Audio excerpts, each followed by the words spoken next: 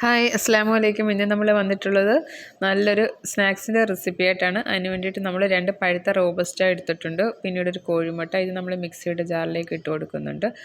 ആവശ്യത്തിന് പാൽ ഒഴിച്ചു കൊടുക്കുന്നു. പിന്നീട് ആവശ്യത്തിന് പഞ്ചസാര ഇട്ട് കൊടുക്കുന്നുണ്ട്. പിന്നീട് ഞാനിവിടെ ചേർക്കുന്നത് വാനില എസൻസ് ആണ്. നിങ്ങൾക്ക് വേണമെങ്കിൽ ഇത് സ്കിപ്പ് ചെയ്യാം. പകരം ഏലക്കാപ്പൊടി ചേർത്ത് കൊടുക്കാവുന്നതാണ്. പിന്നീട് ഒരു പാത്രത്തിലേക്ക് നമുക്ക് പഞ്ചസാര മെൽറ്റ് ചെയ്യാൻ വെക്കാം. ഇത് മെൽറ്റ് ചെയ്യുമ്പം നല്ല രീതിയിൽ ഇളക്കി കൊടുക്കണം. പിന്നീട് ചെറിയൊരു ബ്രൗൺ കളർ ആകുമ്പോഴത്തേക്ക് നമുക്ക് ഫ്ലെയിം ഓഫ് ചെയ്യാം. കാര്യം നല്ല ബ്രൗൺ കളർ ആവാൻ നിന്ന് കഴിഞ്ഞാൽ പഞ്ചസാര കഴിക്കും. നമുക്കൊരു ബൗളിലേക്ക് ഒഴിച്ചു കൊടുക്കാം. അത് നല്ല രീതിയിൽ തണുത്ത് റൂം ടെമ്പറേച്ചർ ആയി കഴിയുമ്പോഴത്തേക്ക് നമ്മൾ മിക്സിയിൽ അടിച്ച് വെച്ചിരിക്കുന്നത് ഇതിനകത്തോട്ട് ഒഴിച്ചു കൊടുക്കാം.